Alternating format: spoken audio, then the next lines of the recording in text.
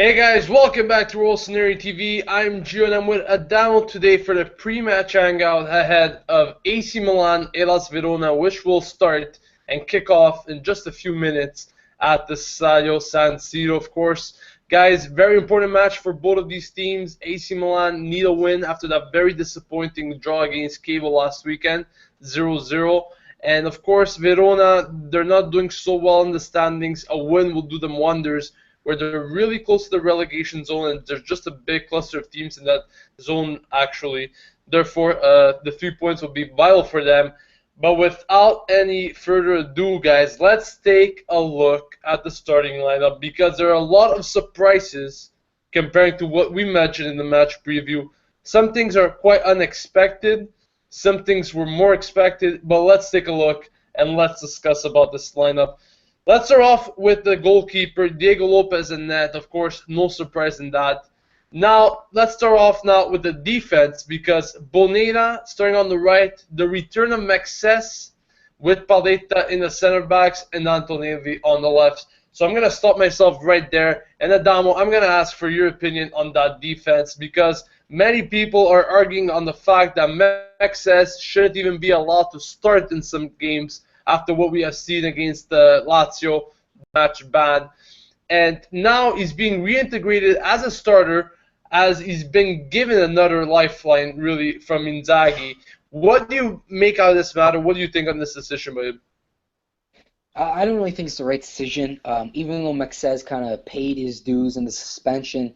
Either way, first of all, Bocchetti already, I believe he has around 2 clean sheets right now. So he's on a bit of a streak, so I don't think it'd be too right to bench Bocchetti. And especially for somebody like Maxes, who just came off a suspension from choking a player, not just any player, Mauri, the captain of Lazio. So I think overall it's a very odd decision, because you think even besides the point that Maxes did that, Bocchetti has been playing well. So I don't see a point why Maxes should be brought in this lineup. So hopefully he doesn't make any mistakes. Overall, the defense looks... I don't even know what to comment on that defense. It's just horrific. If we lose this match, I don't even think we should be playing players like Bonera and Maxes. We should just scrap the whole team and play all youth, because there's nothing to go for if we can't beat a team like Hellas Verona.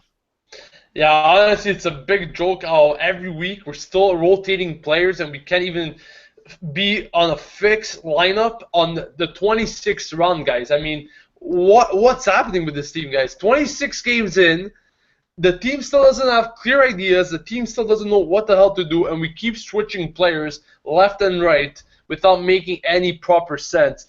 But that's Milan for you guys. I'm not even going to comment on that issue even further.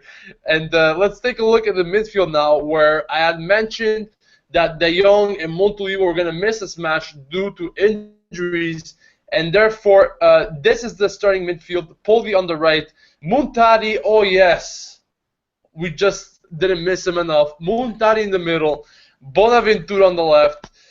Adamo, this lineup, I mean, this midfield is just incredible, isn't it? With Muntari making an appearance as a starter, guys. After that horrific walking, no passion, full of super performance against Juventus. What do you make of another super choice?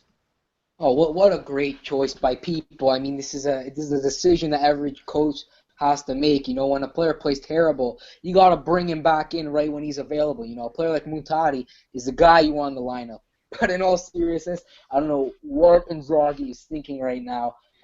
This isn't even the full lineup that we mentioned yet, and the list goes on of these odd decisions that he's been making. I don't get why a player like Muntari, same like Maxes, will be starting in this lineup. Even Van Ginkel, and he's been playing terrible. I'd rather play him. I'd rather play somebody else that's much, much younger, and just somebody from maybe the Primavera, or even Hakim Mastor in that position. Anybody but Muntari. I don't get it. I don't see the point.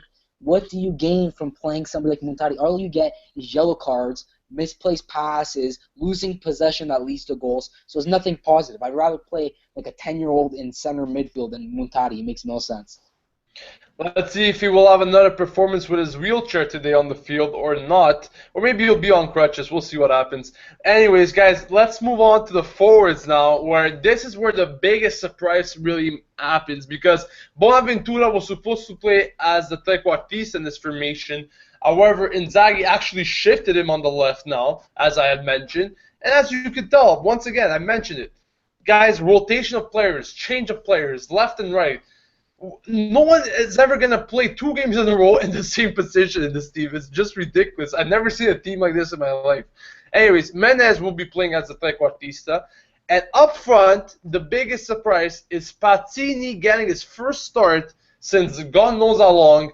And Cerci, yes, the man that has been so discussed to have the confrontation with Inzaghi, he's actually starting him.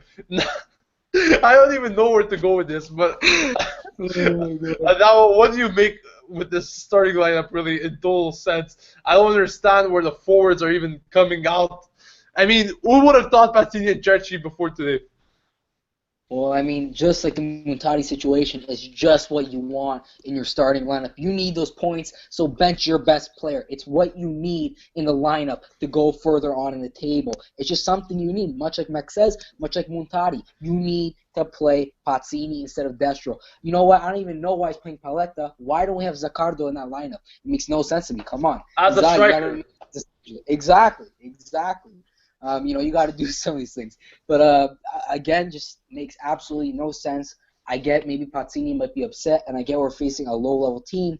But I mentioned in previous videos, if people go back and watch them, that we are not in a position where we can rotate our players. We have to play our best starting XI possible every single week because we need every single point. We're not Juventus where we can rotate players and still get the win. We can't do that. We can't even get the win against Chievo with our best squad possible. It's impossible. I don't get why these changes are being made, but overall, it's just what you want, right?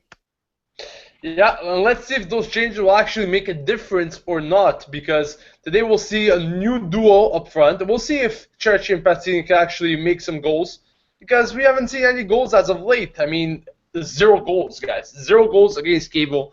I guess a change was needed, right, in terms of players, but in terms of performance as a collective, we'll see in a few minutes what this team is actually made of after we witness, hopefully, not another embarrassing showing from Milan. Anyways, guys, don't forget to subscribe to Rossoneri TV, because after the match, of course, as usual, we will have the match review, fan reactions, and much more to cover today's content, and of course, the content of the days to come. So make sure to subscribe to Rossoneri TV if you're a Rossonero, because this is the ultimate destination for all AC Milan fans. Thank you for watching, enjoy the match, and we'll see you later. This has been Gio and Adamo signing off, and as usual, Forza Milan!